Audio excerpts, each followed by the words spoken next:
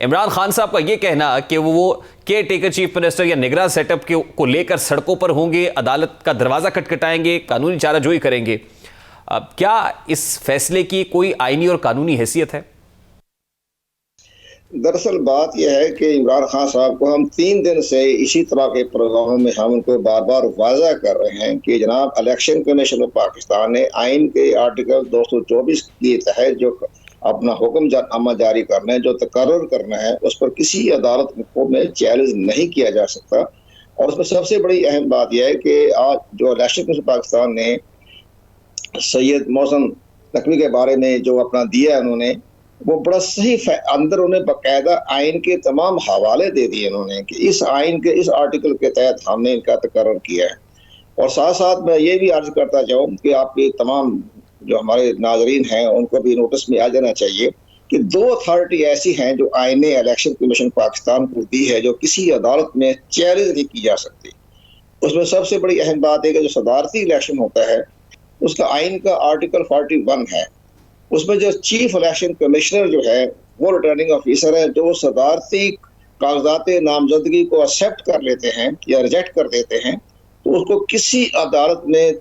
Challenge نہیں کیا جا سکتا۔ اس پر لکھا ہوا ہے کہ فائنل حتمی کسی عدالت میں چیلنج نہیں کیا جا سکتا۔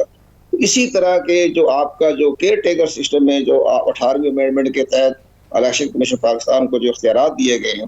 اس میں کہا کہ پارلیمانی کمیٹی کی طرف سے جب کاغذات پہنچ جائیں کہ وہاں ناکام ہو جائے، تمام ان کی جو ہیں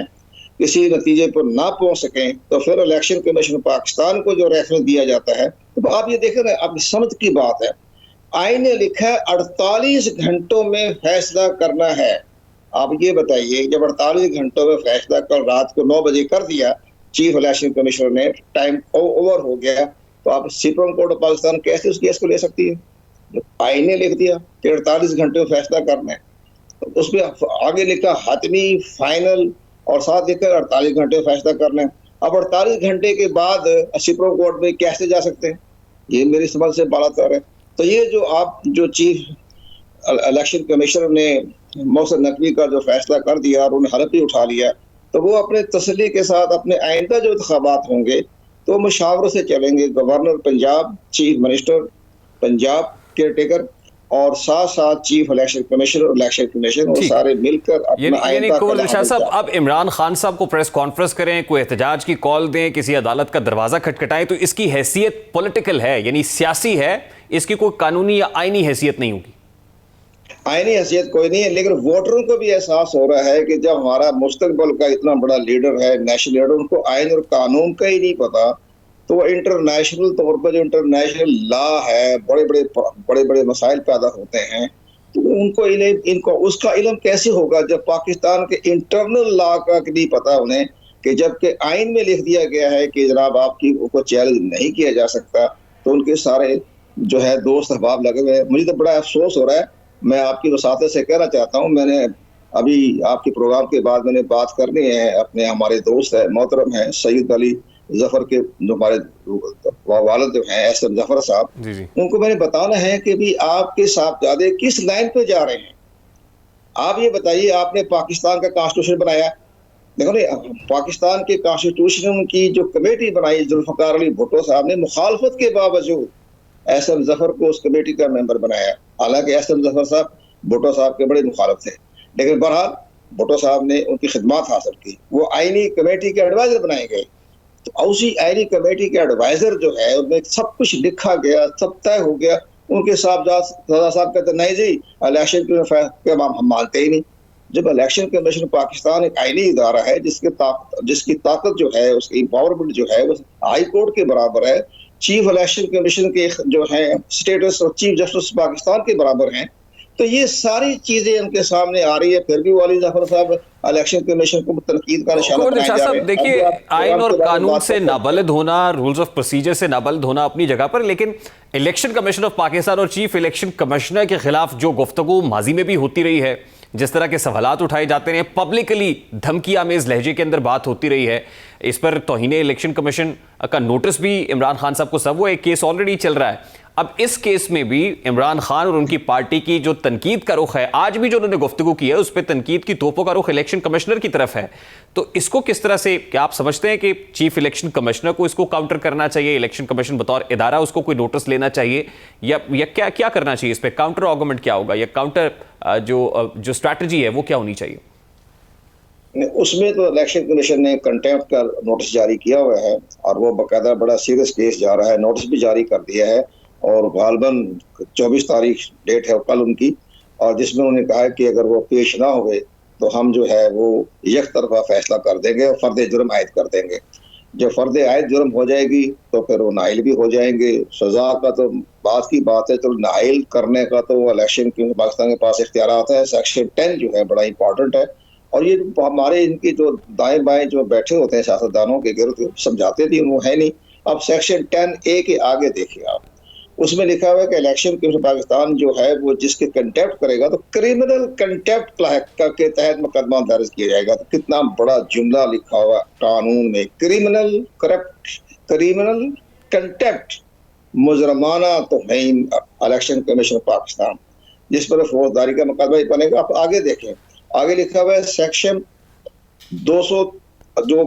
یہ مشرف صاحب کے زمانے میں ہوا تھا، یہ ہوا تھا آرڈیننس 2003، جس کو کہ 18ویں امینڈمنٹ نے ان کو پروٹیکشن دے دی، یعنی مشرف صاحب کا جو قانون بنایا ہوا تھا اس کو انہوں نے مسترد نہیں کیا، اس کو باقاعدہ آئین میں تحفظ دے دیا گیا کہ یہ برابر ہے آرٹیکل 204 کے تحت۔ تو بڑا مکمل تحفظ دیتے ہوئے کہا کہ جو کریمنل کنٹیمپٹ لگے گا وہ الیکشن کمیشن کو اختیار ہے، اگر الیکشن کمیشن کی تصدیق کوئی کرے گا تو اس پر کریمنل کنٹیمپٹ لگے گا۔ اب کریمنل کنٹیمپٹ یعنی فوجداری کا مقدمہ۔ اب یہ بتائیں، اگر کا 3 سال کی سزا،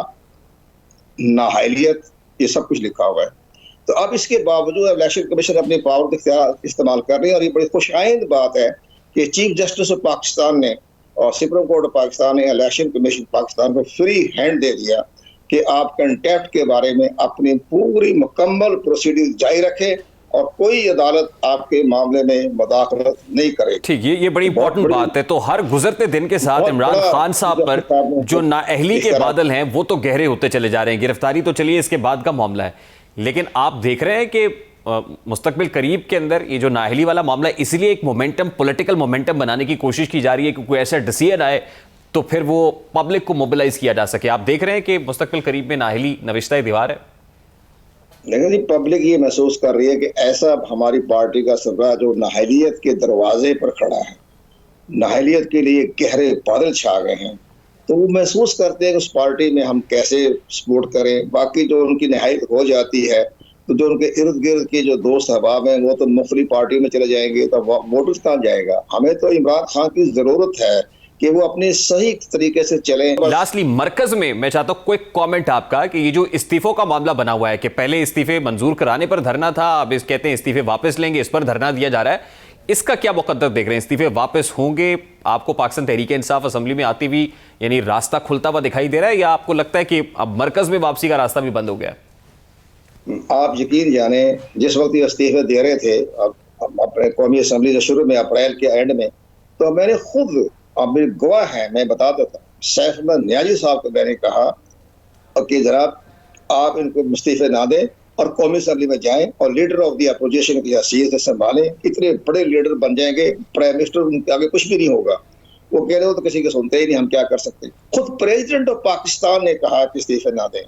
پریزیڈنٹ پاکستان نے کہا قومی اسمبلی میں جائیں، سپریم کورٹ آف پاکستان نے کہا قومی اسمبلی میں جائیں، وہاں آئین سازی قانون سازی میں حصہ لیں آپ۔ اسلام آباد ہائی کورٹ کے آنریبل چیف جسٹس تھے اسد اللہ، انہوں نے کہا کہ آپ واپس جائیں قومی اسمبلی میں، نہیں۔